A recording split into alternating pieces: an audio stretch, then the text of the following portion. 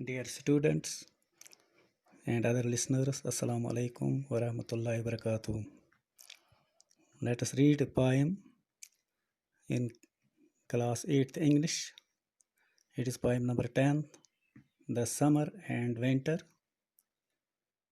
The poem is: It was a bright and cheerful afternoon towards the end of the sunny month of June, when the north wind congregates in crowds the floating mountains of the silver clouds.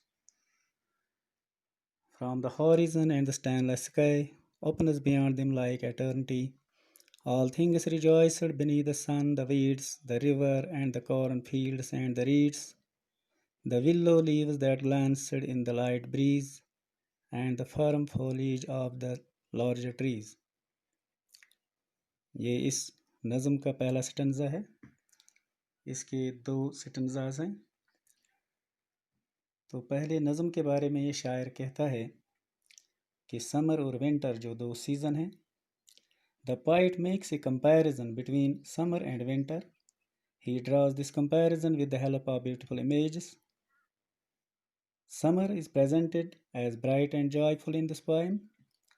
It symbolizes happiness, while as the winter symbolizes lifelessness. तो इस नज़म में शायर हमें कहता है कि जून का महीना था, दोपहर के बाद का वक़्त था, सूरज बहुत ही शाइनिंग था, चमकीला था, ब्राइट था, और इसमें हवाएं आ रही थी शुमाल की तरफ से और जनूब की तरफ जाती थी। पहाड़ जो बड़े बड़े माउंटेन्स हैं, इनके ऊपर से ये क्लाउड्स यानी जो बादल हैं जिनका रंग चांदी की तरह होता है, तो ये क्लाउड्स जो होते हैं, ये क्लाउड्स आसमान और ज़मीन जहाँ पे मिले हुए लगते हैं वहाँ की तरफ जा रहे थे।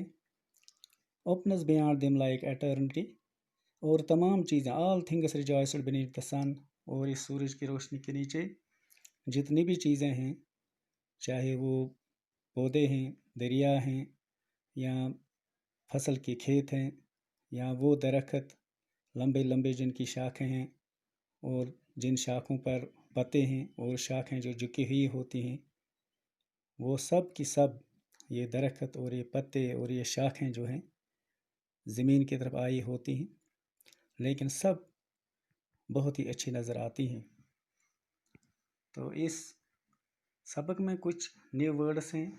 ये मुश्किल अल्फाज नहीं हैं, बल्कि आपके लिए नए हैं। हो सकता है कि आपने इनको नहीं पढ़ा होगा या आज तक सुना नहीं होगा या समझा नहीं होगा, तो इनको मैंने बोर्ड पर लिखा है। New words are comparison. Comparison का माने है डिफरेंस बिटवीन द टू, यानी कोई फ़र्क। समर मौसम बहार जो मार्च से शुरू होता है और मई में ख़त्म होता है, यानी मार्च, अप्रैल एंड मई। विंटर दिसंबर से शुरू होता है और फरवरी में इसका एंड हो जाता है, यानी दिसंबर, जनवरी और फरवरी के 3 महीने विंटर। कांग्रेट का माने टुगेदर या कम टुगेदर, यानी इकट्ठे होना। हॉरिजन इमेजिनरी लाइन है जो ज़मीन और आसमान को मिलाती है। Stainless means clear and clean, यानी साफ शफाफ, बेदाग। एटर्निटी मीन्स टाइमलेसनेस, यानी बिल्कुल कम वक़्त। रिजॉइस फुल ऑफ जॉय, यानी खुशी से भरा हुआ। Read tall plants near water, उनको रीड्स कहते हैं, यानी रीड यानी जो दरिया के नज़दीक होते हैं, ये छोटे छोटे प्लांट्स, पौधे यहाँ पानी में होते हैं।